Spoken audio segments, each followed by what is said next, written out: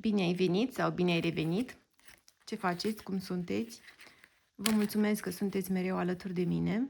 Vă mulțumesc pentru comentarii. Îmi plac foarte mult. Dacă nu v-ați abonat, vă rog să o faceți, pentru că totul este gratuit pe acest canal. Vom extrage cărți din tarot. 3 de săbii. Nu, 3 de bâte, scuze. Carul.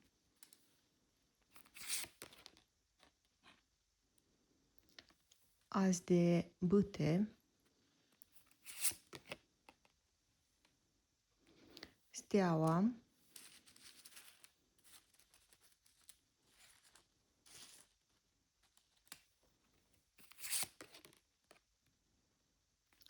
As de săbii.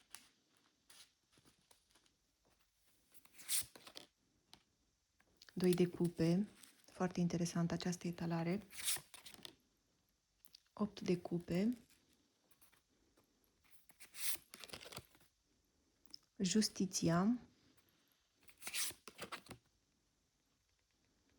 8 de monede, de pentacole. Și ultima carte, Împărăteasa.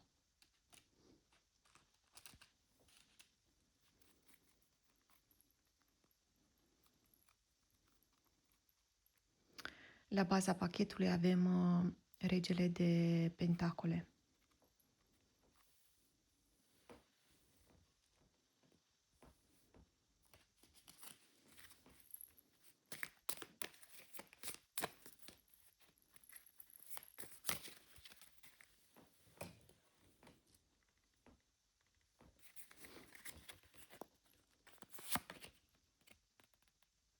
Copilul. Văduva.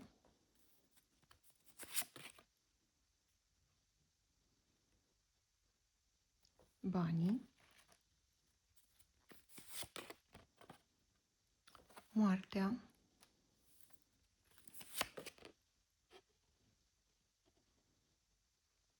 Gânditorul.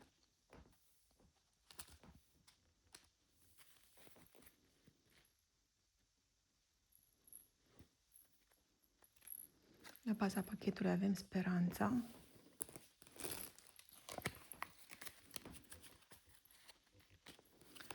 Vom extrage și 3 mesaje.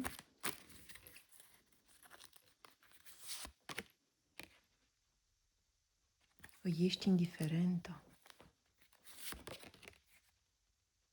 Te iubește sincer. Aceste mesaje se contrazic.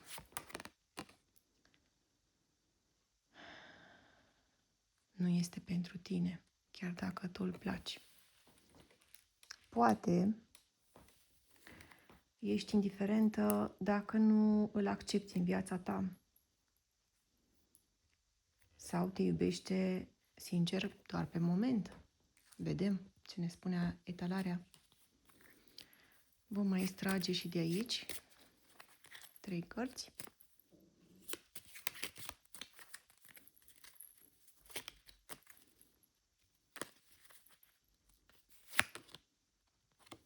Bărbatul. Vaporul. Vulpea. La baza pachetului inelul.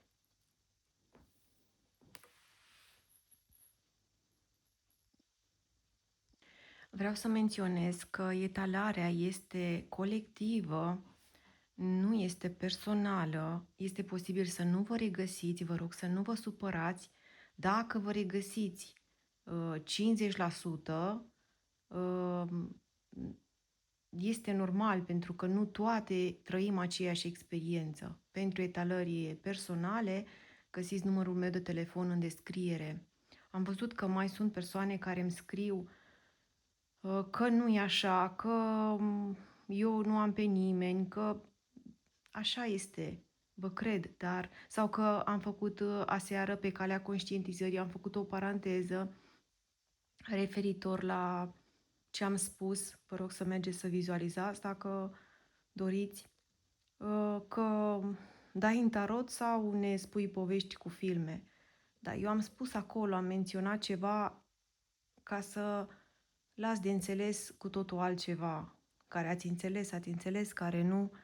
Adică YouTube-ul nu-mi permite să vorbesc deschis cu voi și de aia de multe ori vă spun mai codat. Eu nu mă supăr, eu mă bucur că sunteți alături de mine și vă mulțumesc foarte mult. 3 de bâte ne arată cu împărăteasa, cu steaua, ne arată energia ta, arată că tu nu mai ești în punctul în care aștepți validare, ai trecut prin încercări, prin experiențe care te-au făcut mai puternică. Toate încercările te-au maturizat. Acum privești înainte, chiar dacă încă mai există o legătură energetică. Împărăteasa arată valoarea ta. Ești o femeie care oferă, care susține, care iubește profund. Dar aici apare și lecția, nu mai este momentul să hrănești pe cineva care îți consumă liniștea.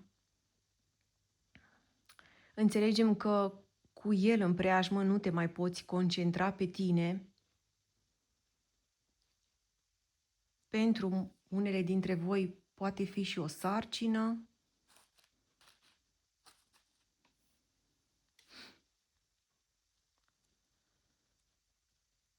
Steaua confirmă că multe dintre voi sunteți pe calea spirituală. Urmează o trezire în conștiință. Vei reuși să îl uiți, să te eliberezi. Există vindecare pentru tine. Există speranță. Steaua ne arată speranță. Îți dorești să te liniștești. Gândurile acestui bărbat cu carul, as de bâte, regele de monede, înțelegem că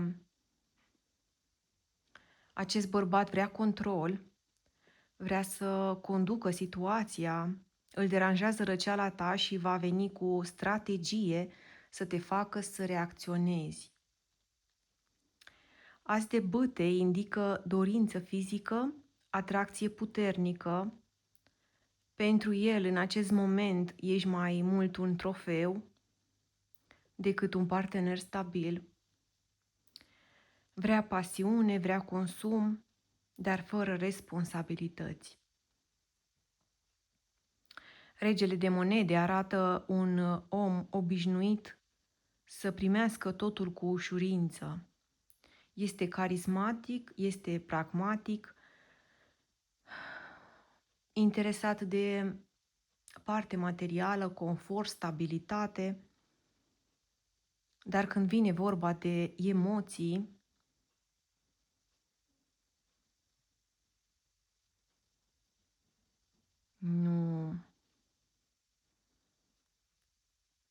nu este pregătit, nu se regăsește în a oferi, nu este empatic. Legătura voastră cu 2 de cupe, 8 de cupe și inelul arată că a existat o conexiune reală, atracție reciprocă, chimie, sentimente. A început frumos această legătură, dar 8 de cupe spune clar, unul dintre voi pleacă emoțional, văd dezamăgire profundă,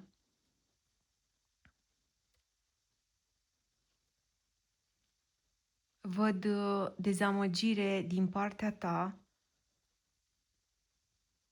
ești profund dezamăgită pentru că el vorbește cu tine doar când are chef sau timp sau când se simte singur, nebăgat în seamă de ceilalți. Inelul ar fi putut însemna angajament într-o altă circumstanță, dar aici, împreună cu celelalte cărți, este mai mult o legătură karmică sau un atașament repetitiv. Ne arată că el a mai avut și alte episoade de genul acesta.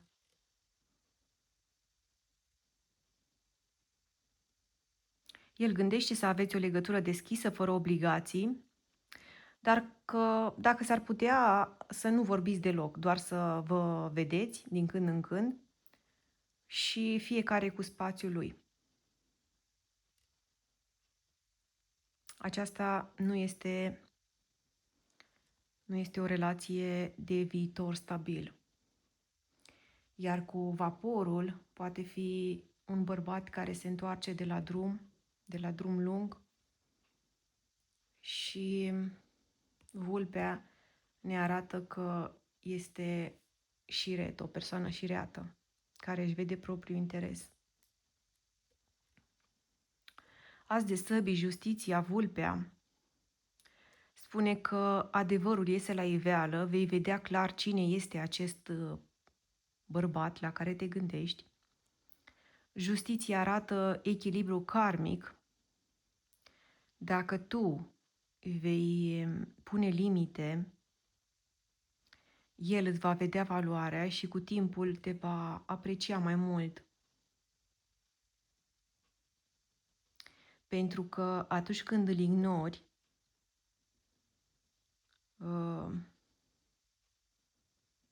e ca și cum activezi ceva în el. Te faci ținută minte și va lupta mai mult pentru atenția ta. Pentru că să nu uităm că bărbații sunt niște cuceritori. Dacă sunteți bărbați, puteți să inversați rolul. Vulpea poate reprezenta și o femeie de la drum. Dacă este la drum, poate avea o femeie acolo. Dar poate să aducă și un sentiment de alarmă. Simt să spun că vulpea ne poate avertiza că este un manipulator dominant care vrea să ia ceva de la tine. Poate liniștea, poate energia, validarea. Este bine să fii secretoasă. Nu te deschide prea mult. Cu cât știe mai puține, cu atât mai bine.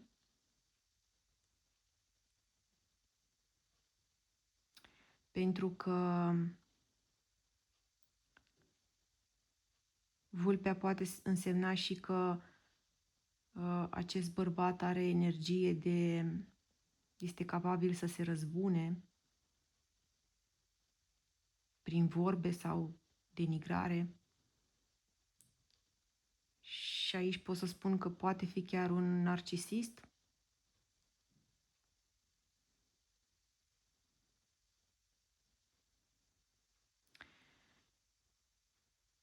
Opt de monede arată muncă, efort, dar și faptul că tu ai potențial să crești profesional.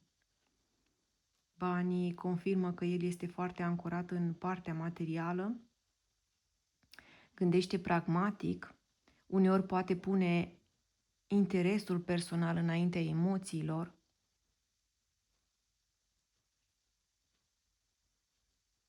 Vaporul indică distanță, fie fizică, fie emoțională. Moartea nu este o carte negativă, este transformare, este sfârșitul unei etape. Clar, nu este o legătură de viitor, se va consuma ca un foc de paie, deci nu va fi de durată. Poate este încă o încercare din partea Universului să vă testeze dacă sunteți pregătite pentru ceva stabil. Văduva ne arată tristețe temporară, dar și detașare. Tu deja te-ai răzbunat pe el prin indiferența ta. Multe dintre voi ați primit un mesaj și l-ați tratat cu indiferență. Și cred că intuiția vă spune că vă veți descurca mult mai bine fără el. Mesajele "îi ești indiferentă" Poate fi și asta, dar clar nu total. Uneori se comportă distant pentru că vrea să dețină controlul. Te iubește sincer, există sentiment, dar nu matur și nu asumat. Iar al treilea mesaj nu este pentru tine chiar dacă tu îl placi.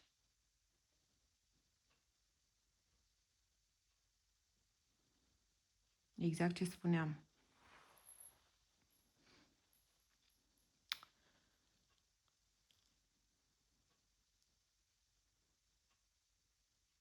Acest bărbat este clar un narcisist. Multe dintre voi vă simțiți singure, vă simțiți îngrădite pentru că cumva nu v-a lăsat să țineți legătura cu apropiații, cu rudele, v-a izolat de restul.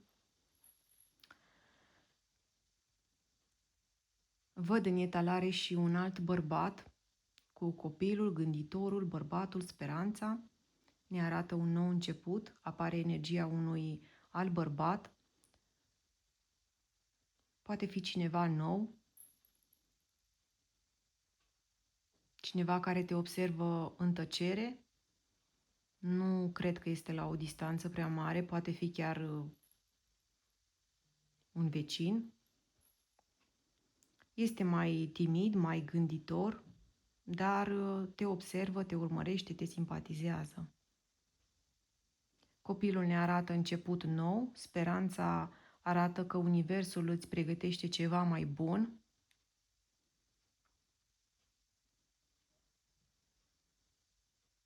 Da, aveți grijă cu acest narcisist pentru că are tendința în continuare să vă îndepărteze de ceilalți și să vă pună într-o lumină proastă, să vă bârfească, să fie el văzut bine. Și cumva să-ți pierzi concentrarea și liniștea. Nu vine să contribuie cu ceva bun, din contră. Dar etalarea ne arată că totul iese la iveală, se află adevărul, poate chiar el ți-l va spune într-un moment în care nu se va mai putea controla. Și după văd o trezire spirituală, vei reuși să te detașezi și să te eliberezi. E clar că în această etalare tu ești împărăteasa și împărăteasa niciodată nu aleargă după cineva care o consumă.